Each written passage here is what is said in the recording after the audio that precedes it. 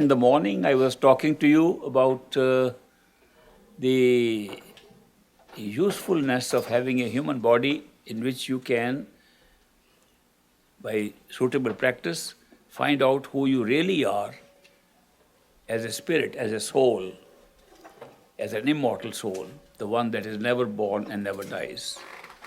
And this does not mean that anybody can do it. Only human beings can do it. That means others can't do it. If you're in some other life form, in animals, birds, insects, angels, none of them can do it. Only human beings can do it.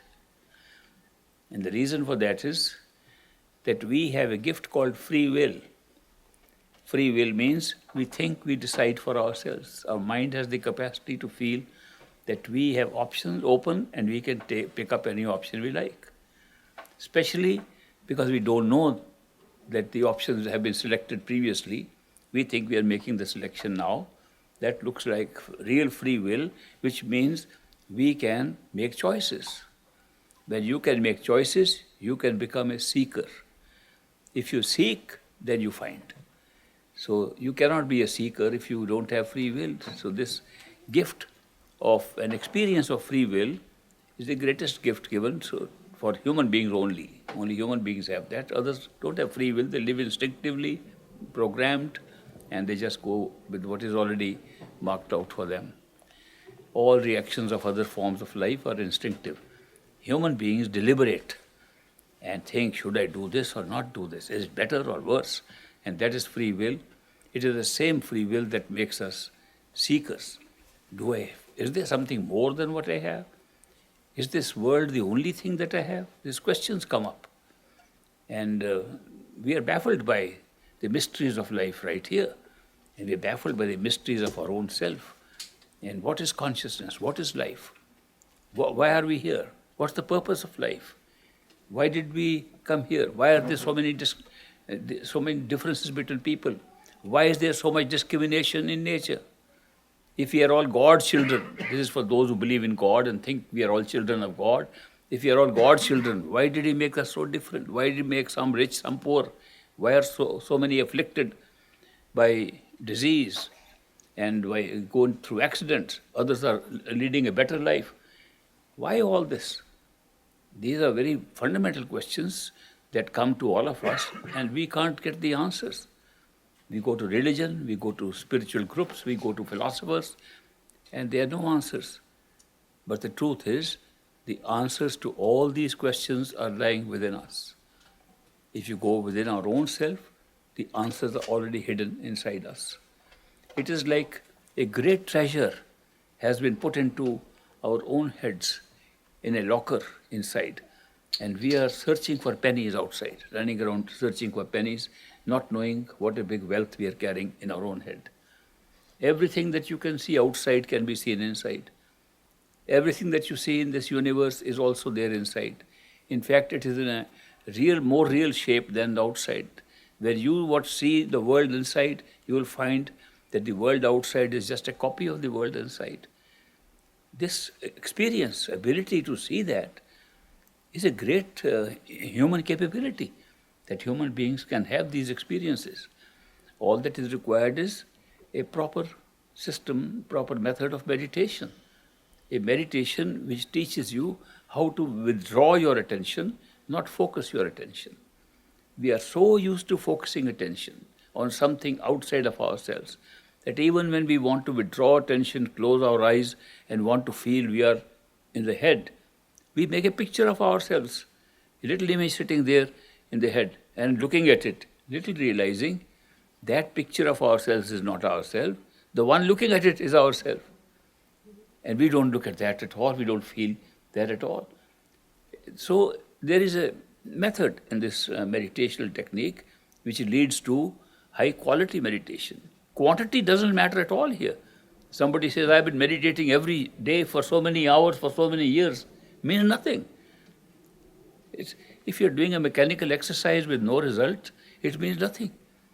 When we want to strive for something, we want to get something, we work for it. If no results come, we give up. But people are praying, they are doing meditation all their life with nothing coming up. Don't they think that after all there should be some positive results of what we are doing? But if you do meditation with method, under guidance of somebody who has already done it, guidance of somebody who has seen the results and is able to guide us how to proceed, and if there are any roadblocks, any difficulties on the way, he should be able to tell us how to resolve them, how to solve the problems on the way. Without that guidance, we just keep on hitting like a blind person, just groping around, something will come one day.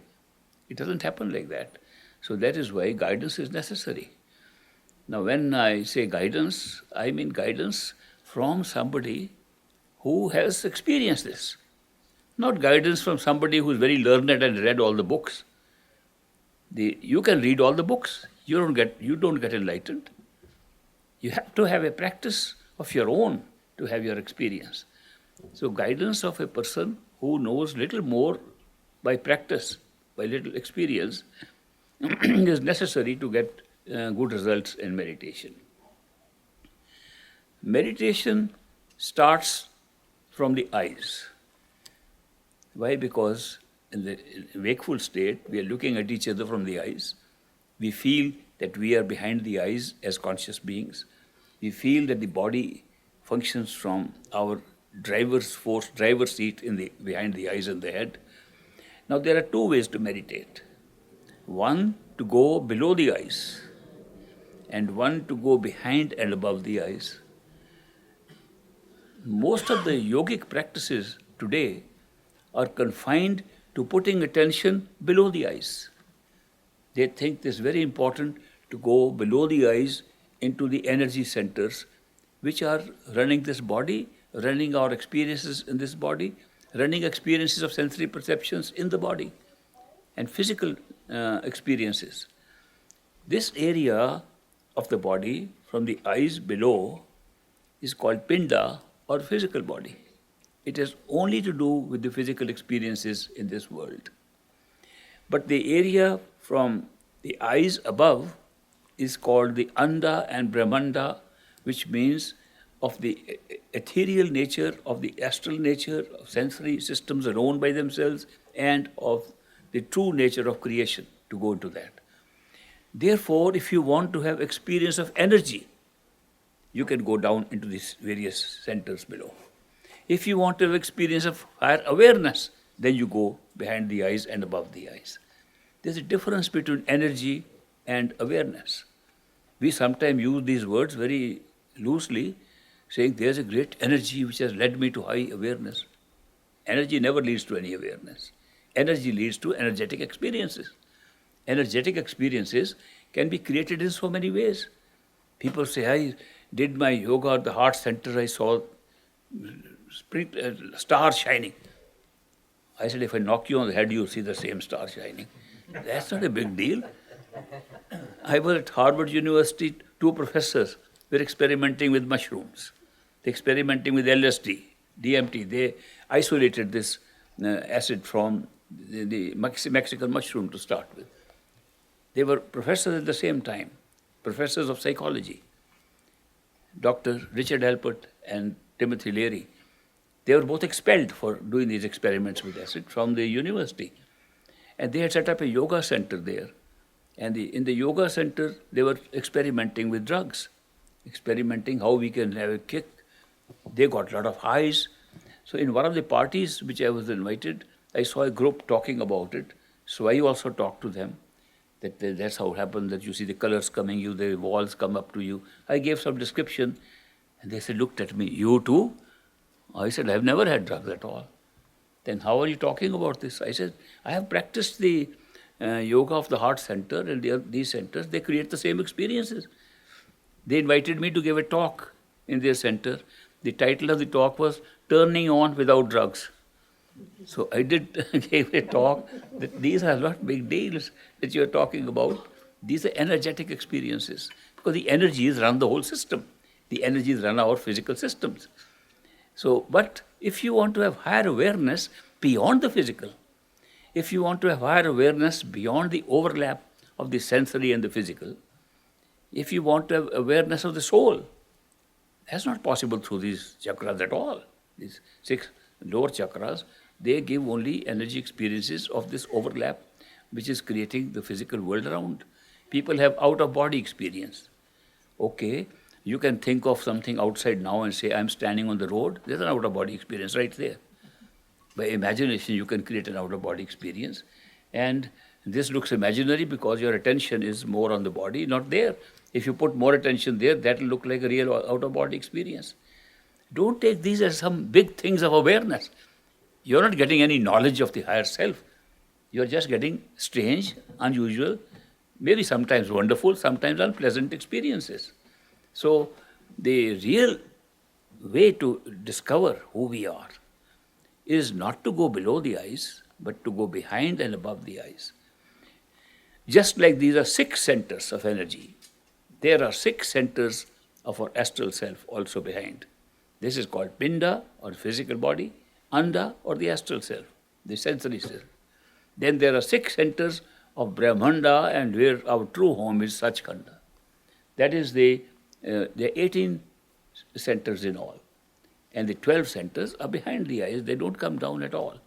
If you want to have higher awareness, then you meditate at the eye center and withdraw attention from there and go higher, not lower. I ask people, do you meditate? Yes. Where do you meditate? Oh, we have a very special chair we kept in our house. Can I see the chair? Yeah. See, this is a meditation chair. We keep it here. It's very sacred for us. We meditate. I said, what do you meditate on? We meditate whatever you say, or we do our mantra, we do this. I said, I think you meditate on your chair. If the chair is so nice, and you sit and meditate on that, you're constantly reminding yourself what a nice chair you have.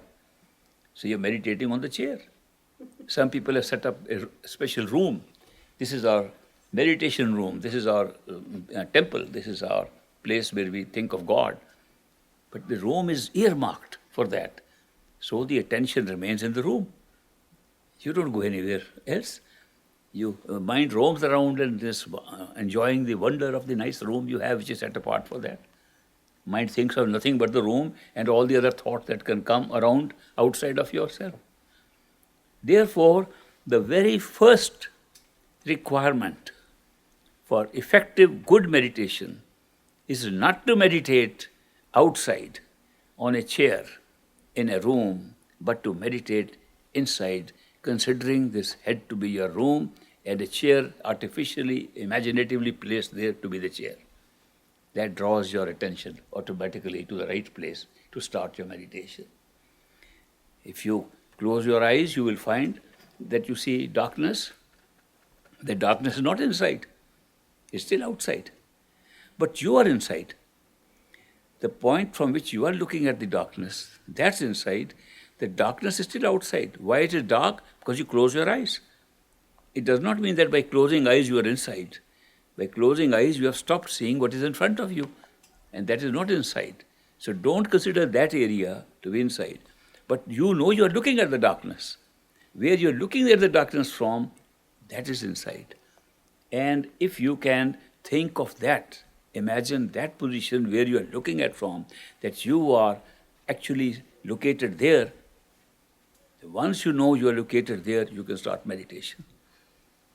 That's step 1. Most people that I have met who say we are meditating miss step 1. If you miss step 1, how can you take step 2? So that's the most important step. So I would like you to experiment with me today. If you can locate that, you made a big leap towards successful meditation. If you can place yourself at the very place from where you see into the darkness when you close your eyes and know you are there, but don't think this whole body is you, but you are in the head. To do that, we use a little imagination. What is the imagination? That this is not you, but a house in which you live. That your body is your house. It has several floors, counting all the energy centers as floors. You're on the 6th floor already. You are sitting on the 6th floor, and you imagine there's a floor right behind the eyes. On the floor, there's a chair on which you are sitting and looking out. You concentrate on being on that chair in the center of this room, which we call our head. If you can do that, we'll proceed with good meditation after that. Let's try. Close your eyes. Imagine this body of yours is a house in which you live. And you can move your attention. Your attention is where you are. You can move your attention anywhere in the body. You can go, think of the arms, then the attention goes there. Think of the feet, the attention goes there. You think of the head, the attention goes there. Think of the attention from where the attention is going out, which is in the center of the head. And see if you are actually sitting in the center of the head with the rest of the body below you. The head, top of the head above you, the ears on either side of you. That's a wonderful room that you have already set up for you. You can decorate it. You can make it a wonderful place to meditate in. But that's your meditation chamber which you will use all the time. You'll be successful. Imagine you are behind the eyes, looking at everything. You can turn around and see what's on the right, what's on the left, what's in front. Within the head, there's so much space there. You can even stand up and then sit down again. You can walk a little bit and then again sit down.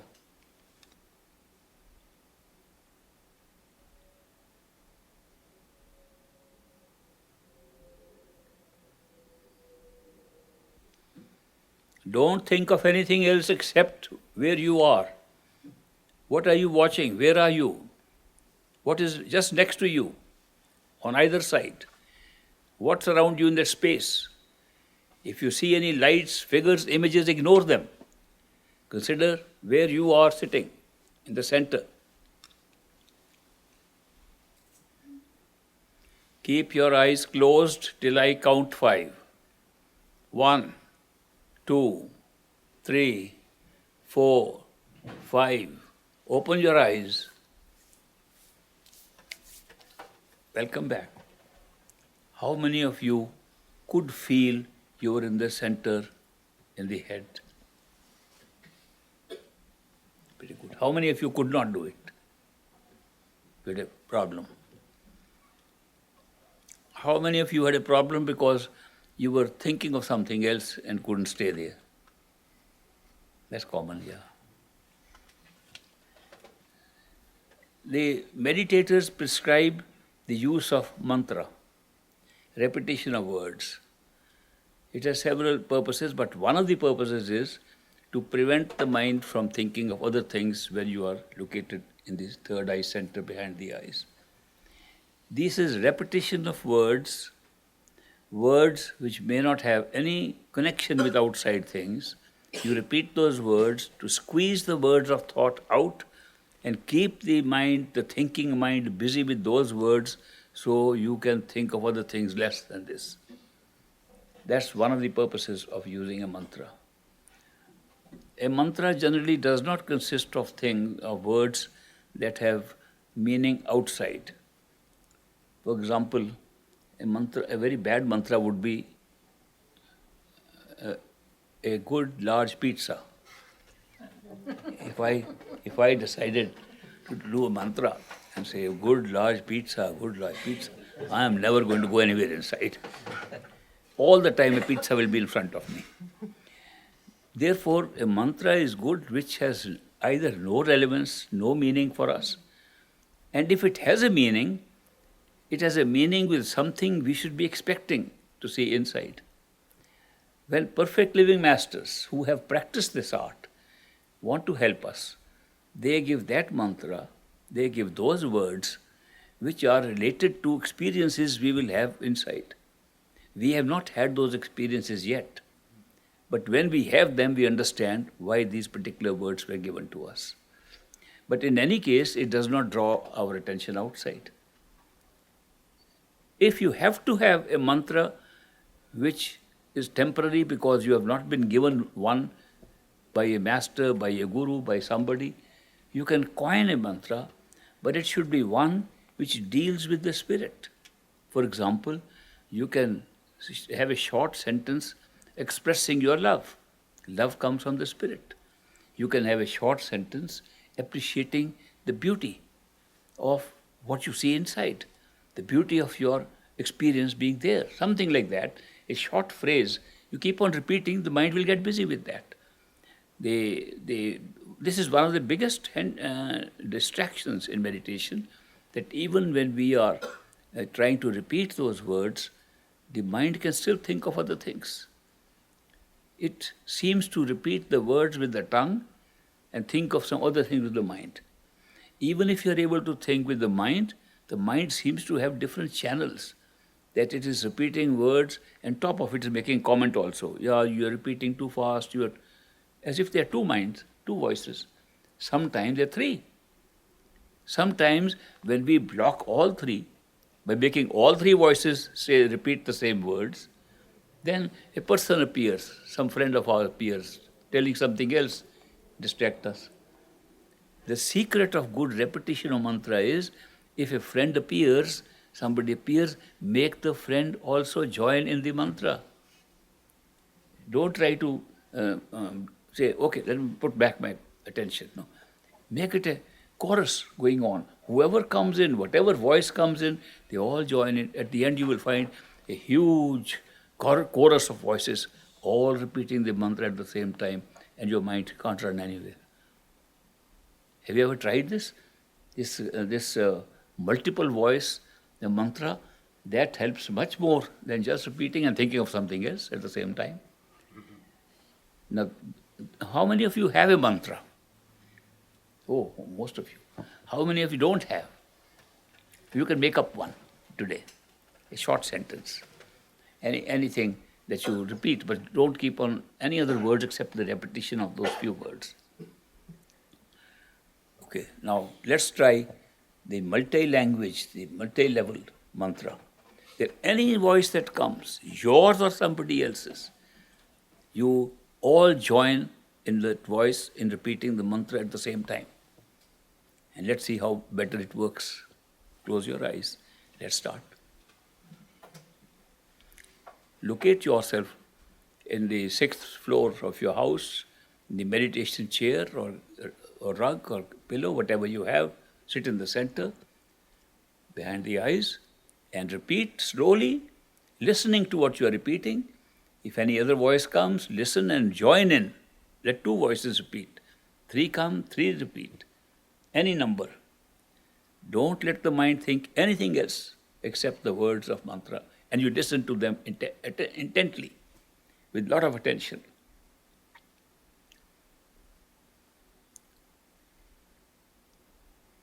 Keep your eyes closed till I count 5.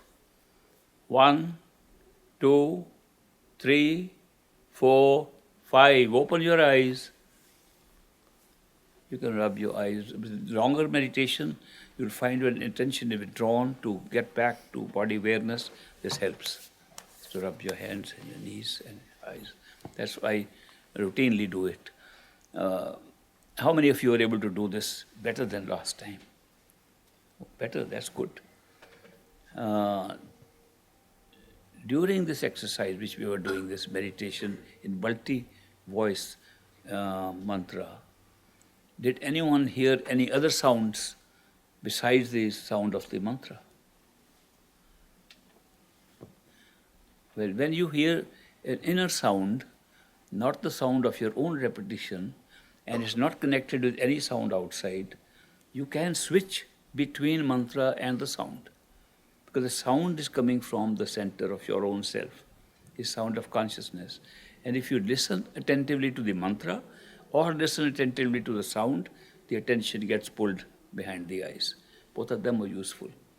What we have done so far is a mechanical exercise, but doing that, you can withdraw your attention to the point that you become unaware of this body and open up your astral body and can fly in that body. You can fly and have experiences of another world, experience of an astral world. This is good enough for that. It is not good enough to go beyond the mind, because whatever we did is a mind play. Use of language, repetition of words, this is all a game of the mind. We are still playing within the realm of the mind. To go beyond the mind, we need an additional element, the element of love and devotion. True meditation will not be there if there is no love and devotion in the meditation.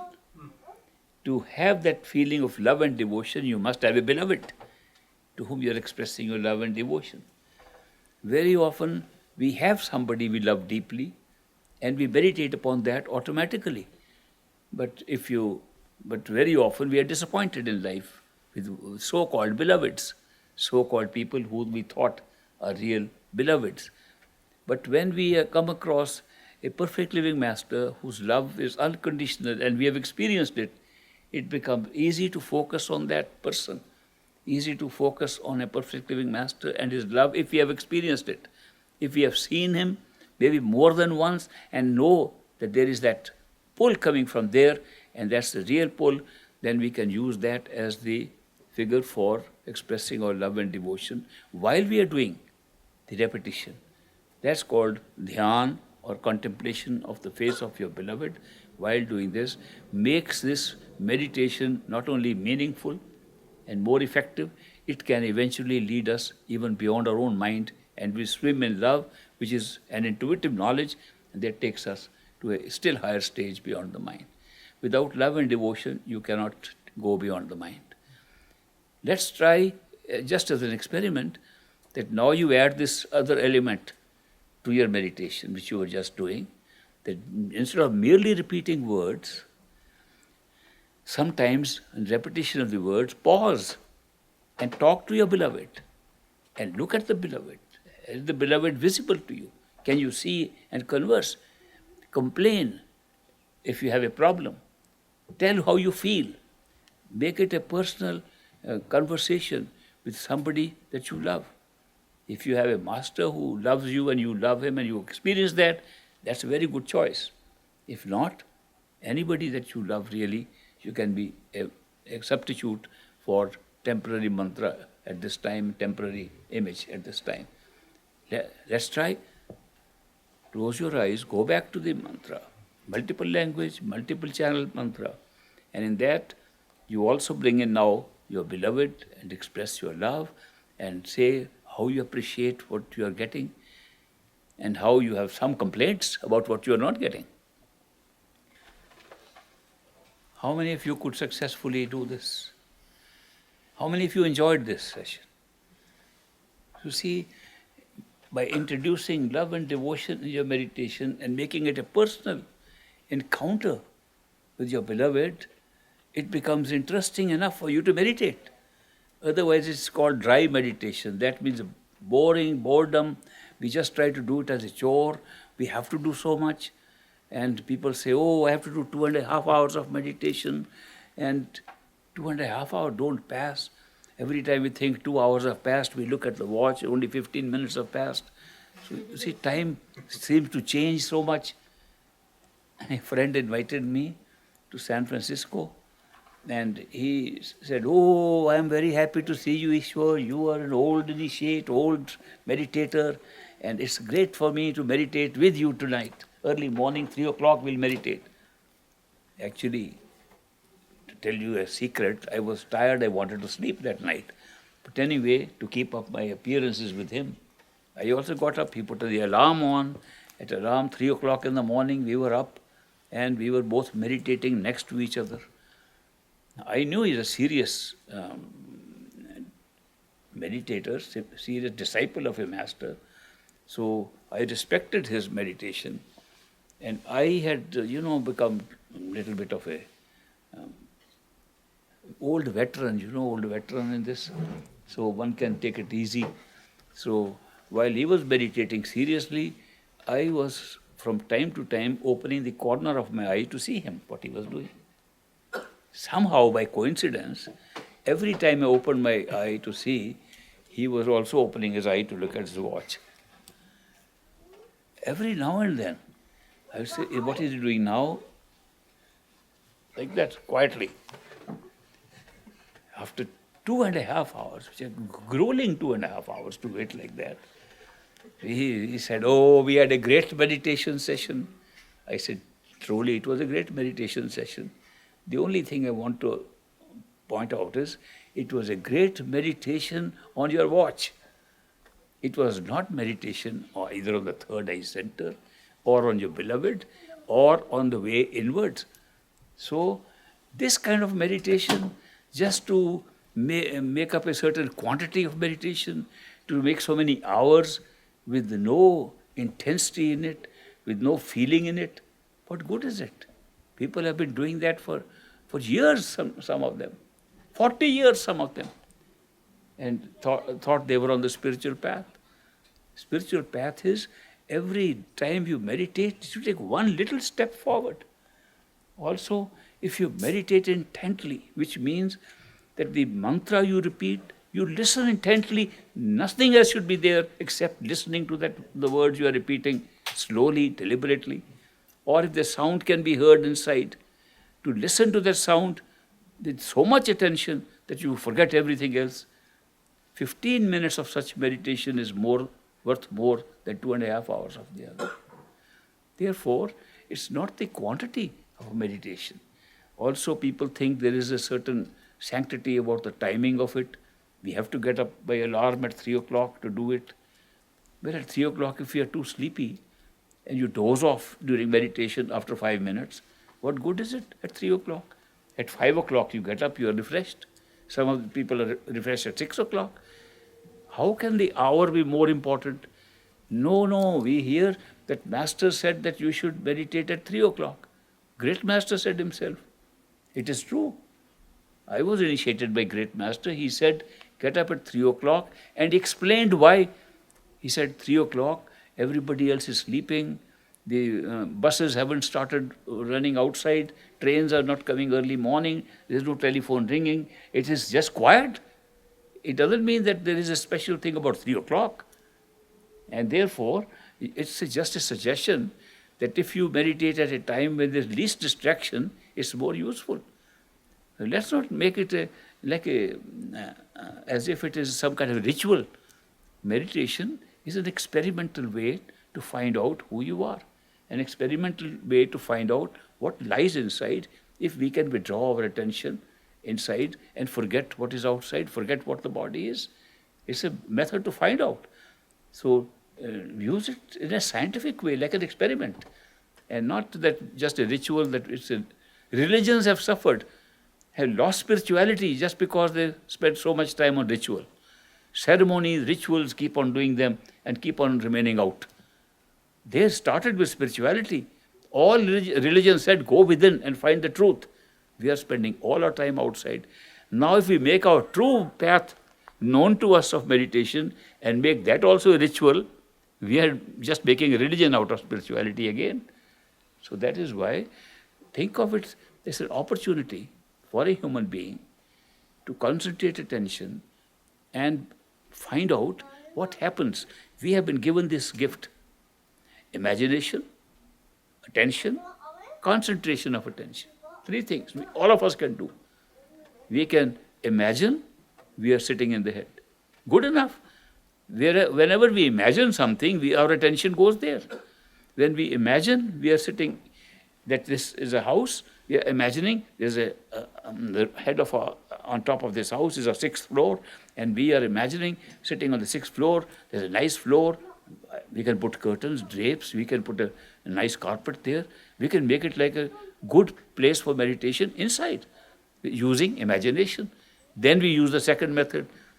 Now that we have imagined we are there, our attention is there, we concentrate our attention there, which means don't think of anything else. This power to imagine, to put your attention where you like, and to concentrate it there opens all the doors inside. And we all have those gifts. Make use of them. Don't make it a ritual. Spirituality is not a ritual. Spirituality is not a religion even. Spirituality is open to everybody. All practitioners of all religions can practice spirituality. It's not confined to any particular body or religion or nationality or group at all. It's open to all. All human beings can do it. So therefore, just practice it properly, correctly.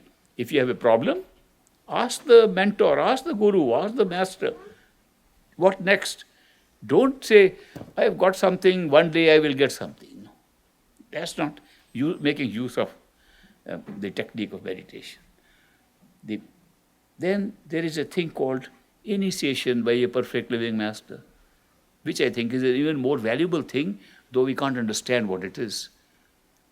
We can get initiated by a perfect living master, which is different from learning how to meditate from a master. Masters come and teach us how to meditate. Perfect living masters don't come to teach us. They come to take us back home to our true home. Their mission is different.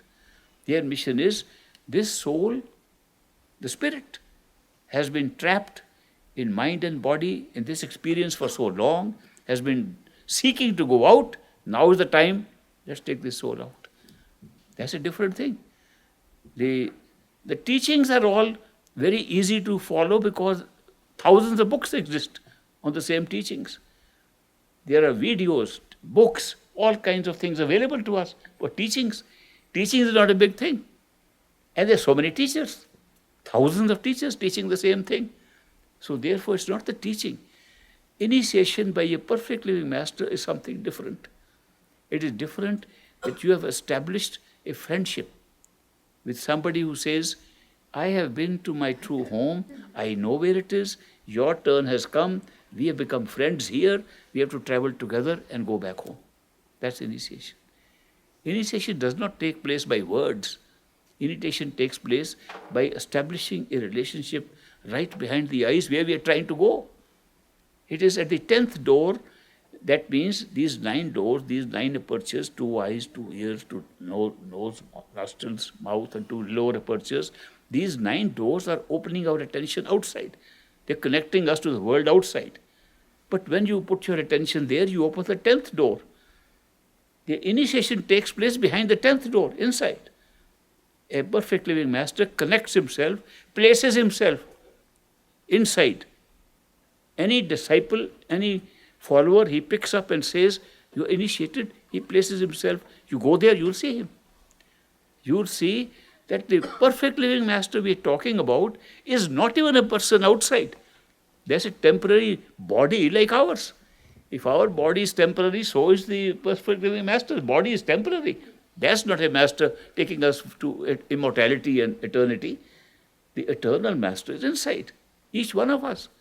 We have a potential master, all of us. But when a living master outside connects us, then we can see a person in the same form as ourselves, alive, who was already connected with the top experience. He comes and says, your turn has come, let's go together. He will never say, I'm teaching you this, now go practice and go. Teachers will say that. We can teach you a method, you follow it and get your results. He doesn't say, I'm going to show you the way, now you go. He says, we'll go together. You just come to where I'm waiting for you, we'll go together. Beyond the 10th door, an initiate of a perfect living master goes together. The experience is of a constant companionship. One of the big advantages of initiation by a perfect living master is that after some practice, when you can see his form in meditation all the time whenever you meditate, or even when you are not meditating, he's with you and you can see that form, you're never alone. Loneliness, which afflicts so many of us today, completely disappears. Life changes right there. Even if we are not meditating too much, at least we have company. We just go right in, fly together, see places, see adventures. It is safe in safe hands. Not that we hit out ourselves in unknown territory and sometimes we get trapped into unpleasant experiences, which people get into that if they have no master to guide them inside. So that is why if you have initiation by a perfect living master, you got that big advantage, that you now have a friend, permanent friend, eternal friend, to travel with you on the spiritual journey. And also, the friendship can be seen even outside while we are both alive. If the disciple and the master are both alive physically, that's also great companionship. And if we have manifested the form of the true inner form of the master inside, we have companionship all the time. It's a very different experience to be trying hard to find something and then to have a companion to travel together to a new wonderland, which was not to wonderland, we were there before. When you will go there, you will find that this is not very new territory, that you have come from there. All that we're talking about as going to those places, we came from those places into new experiences, delving more and more into covers of experiences. The cover of the mind created the space-time experience. The cover of senses split the perception into all these 5 perceptions. The cover of this body made the whole thing material and physical, and all experiences became physical. It's just a devolution of experiences. It does not mean that we are going to any new place. We are going back home. We are going back to where we belong, to immortality. There was no birth of the soul, no death of the soul, never will be, never was. And our true self inside was never born and will never die. It's part of the total. And that total is immortal. And there's only one. When we say, oh, we are all one, it's not a feeling that you have to have. We are one. Go and see it. How we are all splitting our own conscious experiences into the many for diversity of experience. No other reason. That our truth remains the same. So that is why I think I have just mentioned to you, and we practice a little bit, in a few minutes we had, the way to meditate. Even if you have been initiated, you can make a mistake of going on repeating the mantra without any result. I have mentioned that go one step further. I myself lost several years after initiation by a perfect living master. Lost several years not even understanding where to meditate. I thought you just sit somewhere, close your eyes, keep on repeating like a parrot, and one day something will happen. It doesn't. It never happened. I had to go back to my master and said, Master, it looks like nothing happens. You just keep on sitting and repeating, mind keeps on running, thinking of everything else. What kind of meditation is this? Then he explained to me, very necessary. Before meditation, before you even start, first locate yourself at the right place. Otherwise your attention will never go in. Locate yourself behind the eyes. I said, that's very difficult. I said, you demonstrate to me. How is it done? I'll sit. Every time I think I am behind the eyes, I think of the whole body behind the eyes, and my attention goes right back to the whole body. How can I imagine I am there? Either I imagine I am little fellow sitting there. Then if I imagine that, that's not me. That's still outside. That's in front of the eyes. It's not inside. Actually, if you meditate and think there you are sitting inside, you have been able to, now find the right place and you can see yourself sitting there. That can't be you. The one that is you is seeing that. You are always behind that. That's always in front of you. Not only is it in front of you, it is outside of your eyes. And I give a little method to check that out, which people try. You close your eyes, you say, you are sitting there, you can see yourself sitting there. Okay, then you bring your hands up. In normal times, if I say, where are your eyes, you can touch them. If you close your eyes, you can still touch them. So bring up your hands quietly to your eyes. If you do it, you will see that where you are sitting, the hands cross that before you touch the eyes. So the image was just outside of yourself. You thought it was inside because your eyes were closed. It doesn't mean that your attention has gone inside the head at all. Imagination has to be used. And used like you are, imagining you are there. So great master, my master, gave an example how to do it. He gave a practical example. He says, can you imagine you are standing somewhere else? I say, yes. He said, raise your hand. Can you imagine you are sitting on top of your finger there? I say, yes, I can. I can imagine I am there. I don't have to make a picture. I feel I am there. I am not here. The body is here, I am there. Okay, bring it slowly down here. You're still there? Yes. Still there? Yes. Jump in. So I jumped in. Another way of doing it, I felt I was inside. Just a little technique he taught me. But he said this is so important that meditation without first locating yourself inside is not going to be very effective. Once you are there, Then the question comes, the mind becomes double active, thinking of things. If you have lost some keys, mind will tell you where the keys are at that time. It will think so hard at that time, it never thought so much. It's trying to survive, as if we are trying to beat the mind. It tries to survive and becomes very active. Therefore, we are repeating words like a parrot, and the mind is going on thinking of all the things of the world. Then to prevent that, then we have to have multiple repetition of words, of mantra. Everything that happens, put it back. And then third point, listen attentively to what you're saying. Repeating is not the secret. Listening to what you're repeating is the secret. The mind speaks. The soul listens. The listening power is of our own consciousness, of the spirit. Always in the head, the mind is speaking. Always. And always the soul is listening, not the mind. Therefore, there is a divided function. The mind speaks, the soul listens. If you want to concentrate your attention, the soul's attention, listen attentively. Listening to the words is like listening to the sound inside. It's a starting point. The more attentively you listen, the better your meditation will be. These tips I'm giving after a lot of mistakes I myself made. I myself stumbled upon so many things, and that's why after so many years of practicing, not working properly, not succeeding, failure after failure, then some success, then grace, all that I've experienced, and then I'm sharing all this with you, so that it cuts short your own time to make good progress. Life itself is short.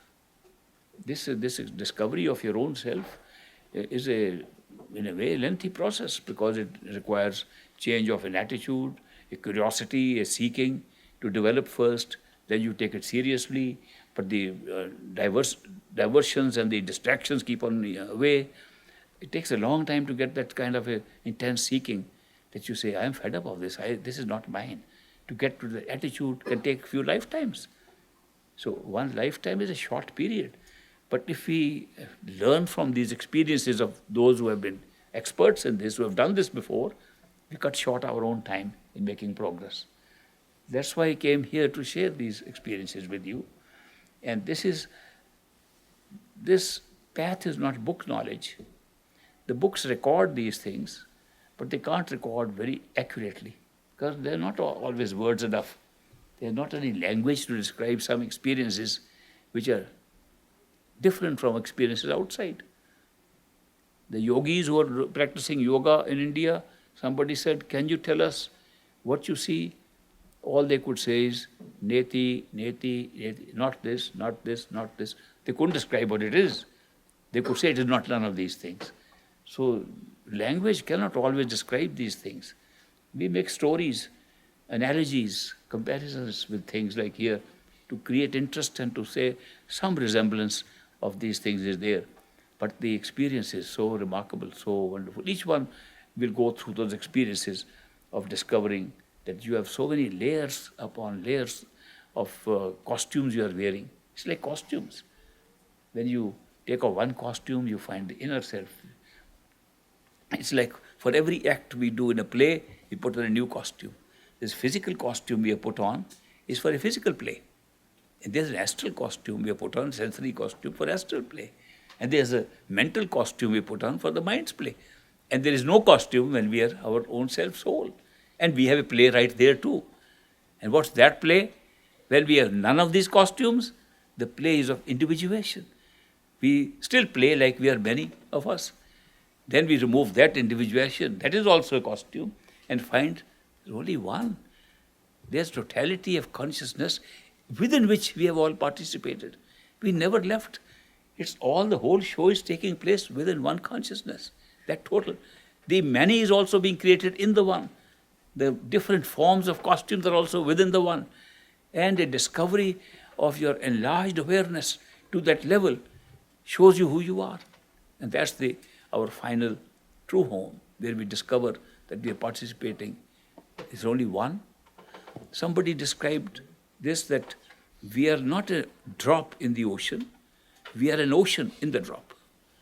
We are the whole of the ocean, now thinking we are the drop. It is our awareness we have shrunk to a drop size to have that kind of experience of the many. And when we expand our awareness, we find we are the ocean. All this is possible. All this is lying, this big treasure of experience lying inside us while we are human beings. Life is short. Don't postpone. If you are real seekers, if you want to get results, don't postpone. Don't say, well, when I retire, when I'll get time, I'll do this. The earlier you start, you get a head start on it. And of course, you can give some time to it when you're busy with other things. But priority, the main thing is to look at your list of priorities in life. And if you say, oh, I have to do my job, that's priority, I have to look after my family, I have to look after earning, I have to go and do shopping, I have to do this thing, they're my priorities. At the end, when I get time, I'll do a little meditation. That's not a good enough priority. If you say, meditation is the best thing I can get in my human life, I shouldn't miss it. Other things I will take care of. And then you put meditation top. I can't miss that. I can do the other things. I can postpone something else, but not that. If you put a priority like that, you'll be successful. Now I'm going to tell you a little secret, an experiential secret. When you put priority on the spiritual path, on meditation, the things on which you're giving so much attention get taken care of by themselves. That means you get some strange inner divine help. You get divine help to get things which you are trying to put so much attention on and so much priority on, and they get solved one by one so fast. And why? Because your priority was right. So don't think that you are going to give up your job or you give up your work or give your duties and obligations in life. You will fulfill them better with meditation. And you will find out for your own experience. Well, I'm very happy that I was able to come and share these things with you and share even a few short sessions of meditation, how to begin. So from there you can do a lot of other things. Now, if you have any general question, you can ask now. Some of you have asked for a one-on-one interview with me. I'll be very happy to meet you individually and give you answers. You can ask any question on what I said or what I did not say. Or if you don't have a question, only an answer, you can give the answer. Or you can give a comment. Free. It's now free for all. Yes. You're on the right track. I want to tell you a story about failure. There was a judge in the neighboring state where Great Master lived, and he became his very close disciple. And he loved Great Master. He used to attend all his meetings. And then when he retired, he said, Master, I want to serve you, I want to be around you. Great Master said, you are an educated person, you have been a financial wizard. They say you have been a judge of a court, high court, and you have been all these qualifications. Take any secretarial job, you can write letters for me, you can read my mail, you can do this. He said, no, sir, if possible, give me another kind of job. I said, what job? I want to be your doorman. I want to stand outside your door. He said, okay, if that's what you want. So that man spent years standing out the door, receiving people, introducing them to Master, and he felt so happy doing this. Somehow he felt this was great. Then one day he told Master, Master, I have been having so much fun seeing people, how they love you and how they come and go and the kind of messages you give to people. I've been listening to all and been very much benefited. But one thing I missed, I never meditated properly. I missed out on my meditation. So, Master, I understand that you normally go to a hill station, you have a house there in the hills. In the summer when it's very hot, you go there. And this year you are not going. So will it be okay if you give me the keys of your house? It has all the vibration and ambience of your living there. And if you give me the keys, I'll go spend 3 months doing nothing but meditation to catch up for all this lost time. Great Master said, fine. He took out his keys, go. So the man said, what a great opportunity. I am going to meditate in great master's house, up in the hills in great weather, and this will be, I'll catch up on all the lost time. The moment he arrived, he opened the house, a plumber came, and he said, I have been waiting for somebody to come. There's so much plumbing work to be done. And he started working there. So more people came every day. There was more distraction there than anywhere else. He couldn't do any meditation at all. After 3 months, he came back and went to Great Master, returned the keys and said, Master, I failed. I feel that was a big failure on my part. Because I went for the purpose of meditation to do everything, to struggle for what I could do and make up for the all lost time. I could do nothing. Great Master laughed and said, you didn't fail, you passed. You succeeded. He said, what did I succeed in? You succeeded in finding out that no matter how you try, it doesn't work unless you have some help from outside, from the other side. Unless you get grace, these things don't happen. You are able to see the limitation of your own mind.